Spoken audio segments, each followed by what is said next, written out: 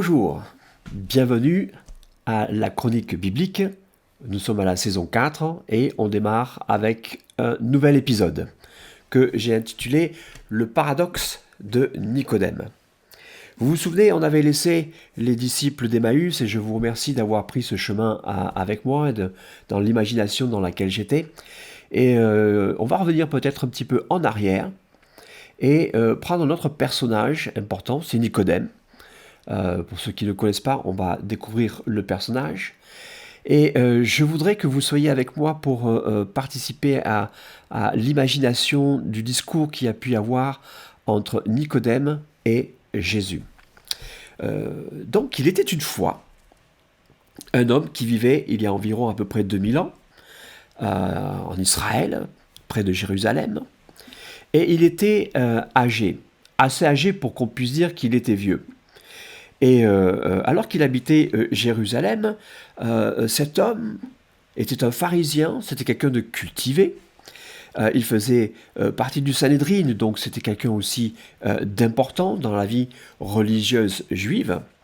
Et son nom, la Bible nous dit qu'il s'appelait Nicodème. Et ce chef des Juifs, pharisien, ce Nicodème, avait entendu parler d'un jeune homme tout nouveau qui était arrivé dans la région et qui apparemment faisait pas mal de miracles. Et bien sûr, il connaissait son nom, on l'appelait Jésus. Il y avait beaucoup de Jésus peut-être à l'époque, mais celui-là était particulier. Il venait de Nazareth, on l'appelait Jésus de Nazareth, et certains même disent que c'était le Messie, le Christ. Donc ça le perturbait fortement, mais il avait du mal peut-être à aller voir ce jeune Jésus, cet homme singulier qui faisait des miracles apparemment. Et quelque part, Nicodème le respectait beaucoup. Parce que on attendait quelqu'un comme ça. On attendait quelqu'un qui vienne et qui puisse démontrer une certaine puissance de Dieu. Donc Nicodème s'était dit, je vais peut-être aller le voir de nuit. Comme ça, personne ne me verra pas et moi, je vais peut-être pouvoir le rencontrer. Donc, de nuit, cet homme avance dans les rues, il se cache un peu. Bon, bien sûr, aujourd'hui, là, il fait jour, mais imaginez que c'est la nuit. Elle est très peu éclairée, peut-être que la lune est là. Moi, j'en ai une grosse ici qui m'éclaire. Et donc, il vient et il veut voir ce Jésus. Et donc il vient et on lui a indiqué que c'était dans cette maison que Jésus était là. Il frappe à la porte, on lui ouvre, et bien sûr il est accueilli par Jésus. On va prendre un petit passage de la Bible, c'est dans Jean au chapitre 3 et au verset 5, où on a déjà une partie de ce dialogue qui s'est fait entre Jésus et Nicodème.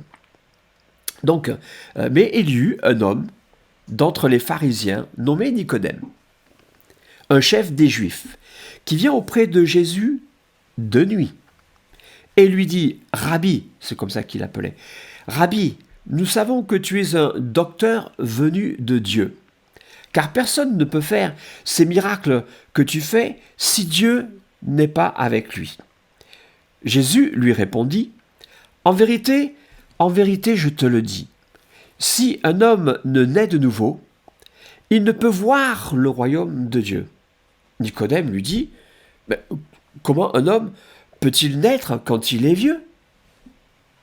Peut-il entrer dans le sein de sa mère et naître ?»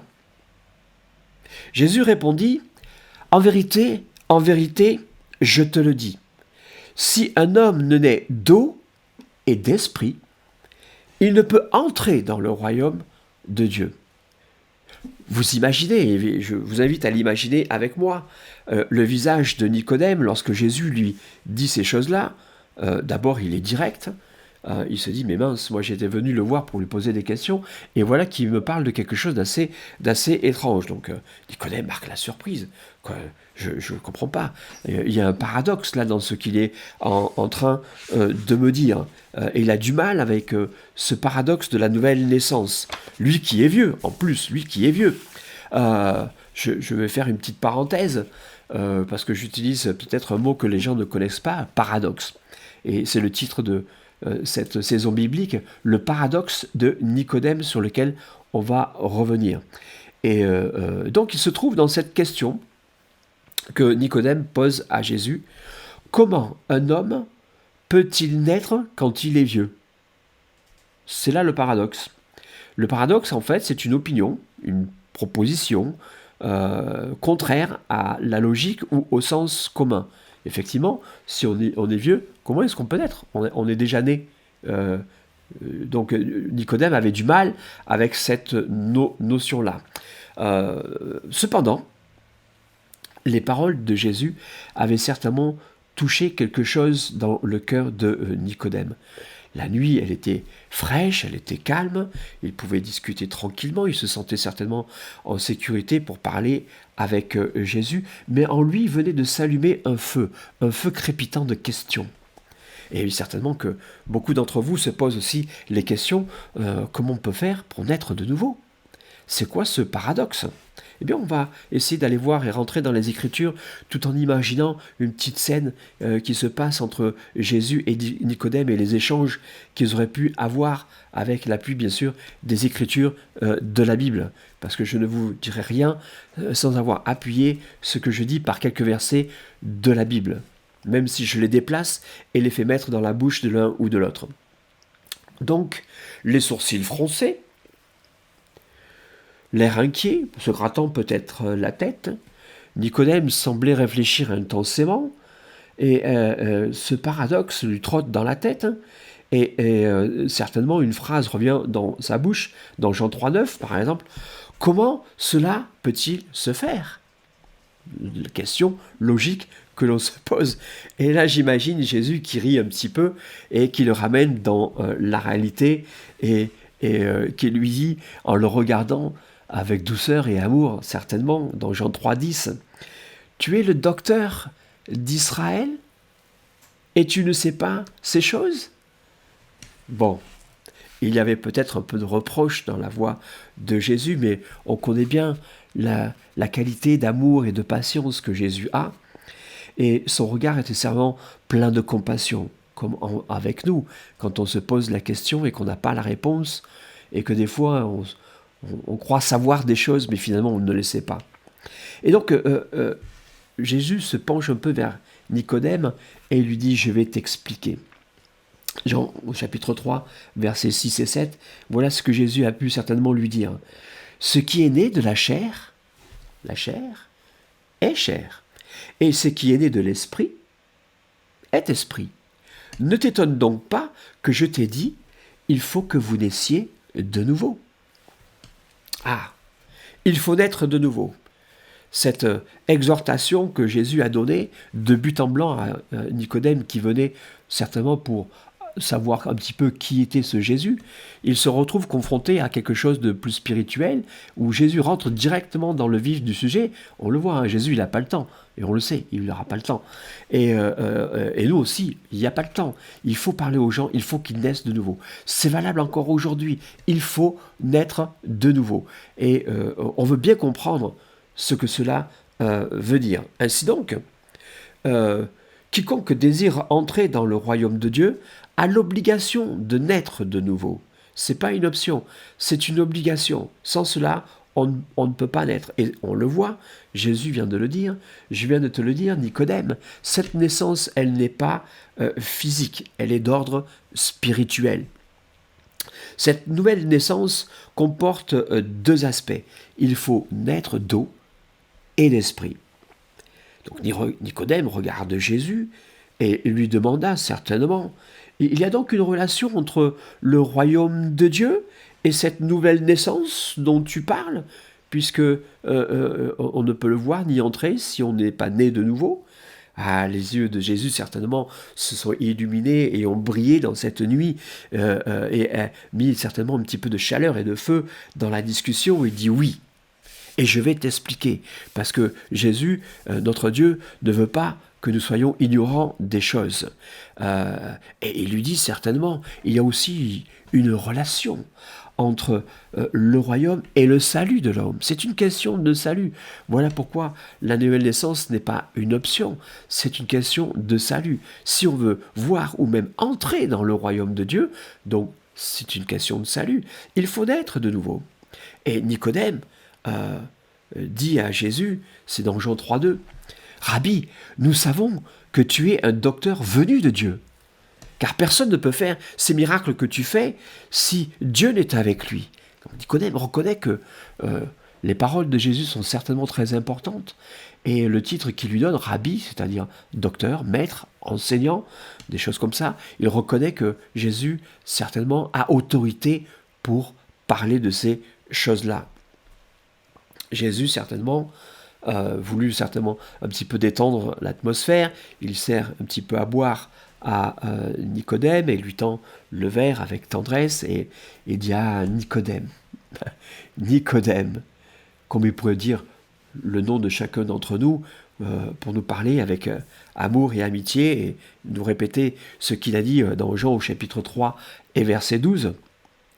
Si vous ne croyez pas quand je vous ai parlé des choses terrestres, comment croirez-vous quand je vous parlerai des choses célestes? Il nous faut croire. Il nous faut croire non seulement les choses qui concernent le terrestre, mais aussi celles qui concernent le domaine spirituel. Et la nouvelle naissance est une chose spirituelle. C'est pas simplement naître comme un enfant né d'une femme. C'est quelque chose de beaucoup plus important, de beaucoup plus grand, qui nous dépasse et on veut bien comprendre les paroles de Jésus. Nous aussi, ça nous intrigue, ce paradoxe qui est là. Et donc, cette nouvelle naissance spirituelle, Nicodème, elle implique de comprendre les éléments qui la composent. Donc, Jésus le regarde à nouveau et reprend la parole et lui dit, si tu es prêt à écouter, est-ce que vous êtes prêt à écouter? Je vais te parler de la grâce et de la foi. Je vais te parler de cette naissance d'eau et d'esprit. Je vais te parler de la repentance. Je vais te parler du baptême d'eau. Je vais te parler d'un baptême de l'esprit et de sa manifestation. Et à travers cela, je viens de vous donner un petit peu toutes les étapes, toutes les choses que je vais aborder moi aussi à travers cette histoire et cette rencontre entre Jésus et Nicodème. Nicodème, certainement très intéressé, même si la nuit s'avance encore, dit « Rabbi, parle, je te prie, et explique-moi ce paradoxe. » On a soif de comprendre. Lorsque, si nous aussi on avait eu l'occasion d'être là avec Jésus, certainement on aurait eu des questions à lui poser et on aurait eu soif de comprendre et de savoir les choses qu'il avait à nous dire. Certainement que Jésus s'est mis à rire et lui a dit un peu de patience, un peu de patience. Comme moi je vous dis, un peu de patience. C'est la première des Chroniques, saison 4, mais il y en aura d'autres qui vont arriver. Mais Jésus le rappelle et lui dit, tu m'appelles Rabbi, mais sais-tu qui je suis réellement?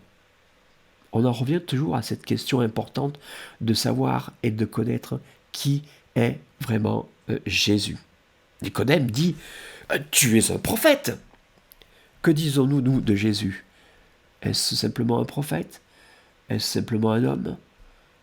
Est-ce un grand enseignant? Toutes ces questions sont là. Mais Jésus lui répond et va lui donner des indications et je vais vous les partager moi aussi. Mais certainement, Jésus l'a regardé et lui dit, tu sais quoi? Je suis descendu du ciel. Et comme Moïse a élevé le serpent dans le désert, il faut de même que je sois élevé, afin que quiconque croit en moi ait la vie éternelle.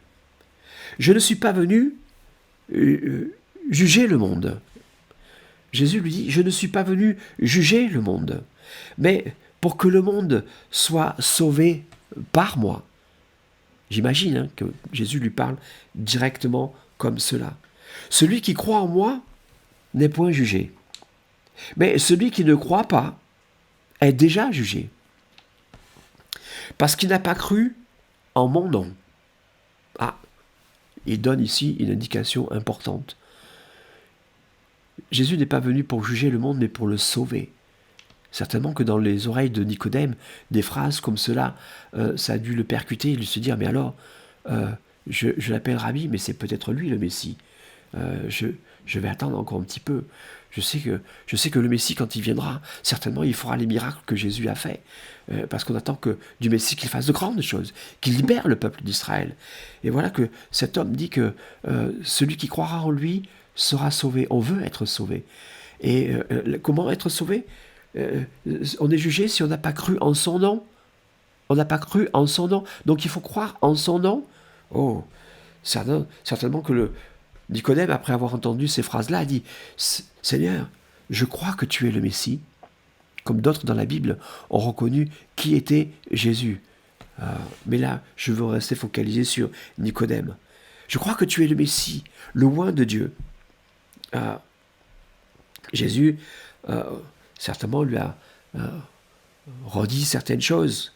Comme il dit, vous êtes d'en bas et moi, je suis d'en haut. C'est dans Jean au chapitre 8 et au verset 23-24. Vous êtes de ce monde, mais moi, je ne suis pas de ce monde. C'est pourquoi je vous ai dit que vous mourrez dans vos péchés. Car si vous ne croyez pas que je suis, vous mourrez dans vos péchés.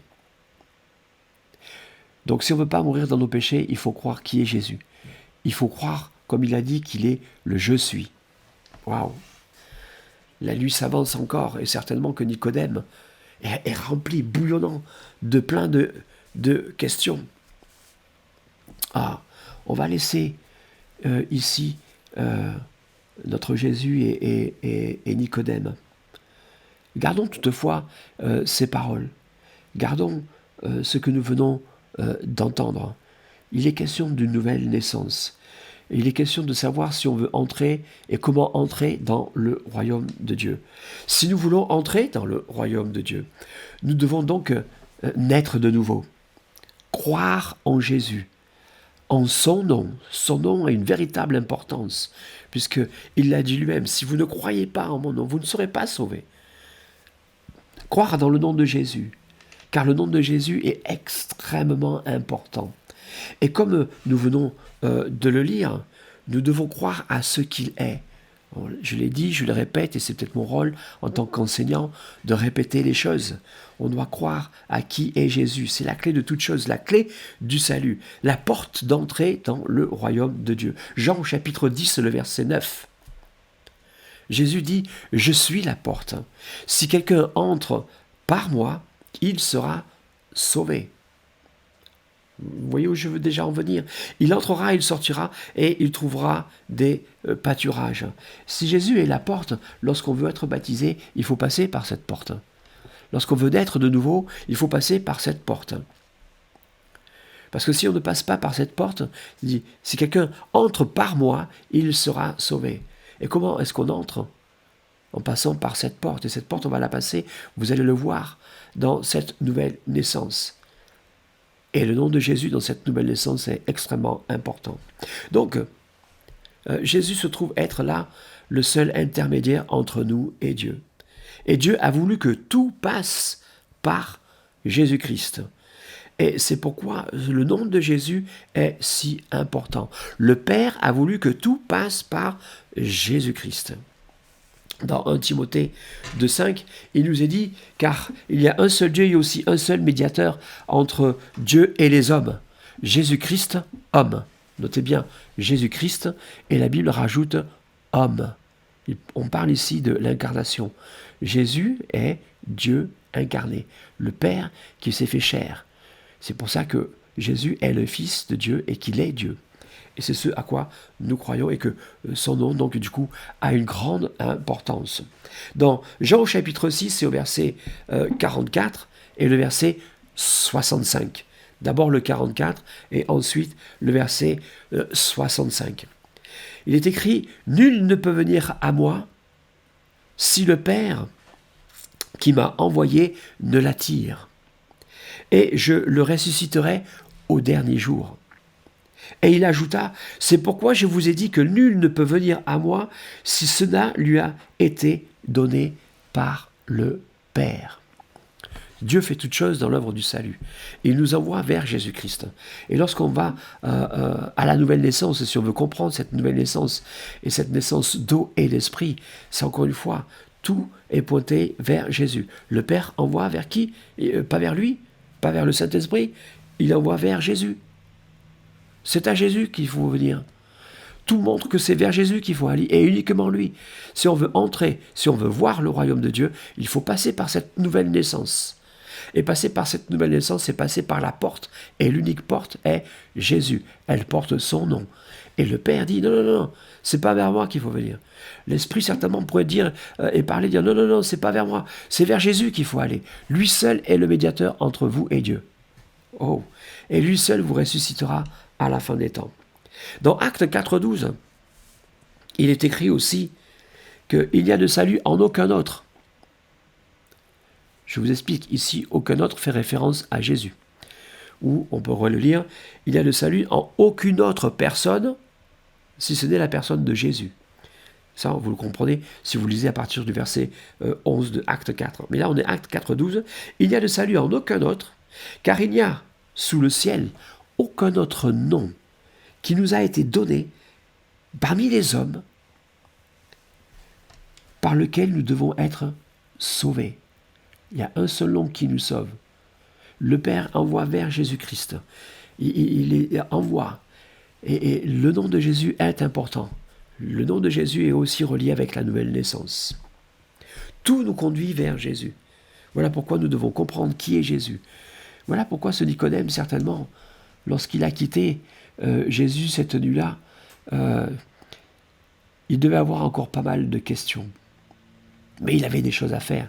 La nuit était tard, c'était avancé, et il devait le laisser et le quitter. Mais certainement dans sa tête, il s'est dit, il faut que je vienne revoir ce Jésus. Il faut que je revienne lui poser d'autres questions. Je veux vraiment comprendre ce paradoxe. J'ai encore du mal. Comment, moi qui suis vieux, je peux naître de nouveau? Je veux bien comprendre et réaliser les paroles que ce Jésus a dit. Cet homme est si extraordinaire. Personne ne m'a jamais parlé comme cet homme. On a l'impression qu'il devine tout et qu'il sait tout. Et il parle avec une certaine autorité de la parole de Dieu. Laissons Jésus, laissons Nicodème un instant.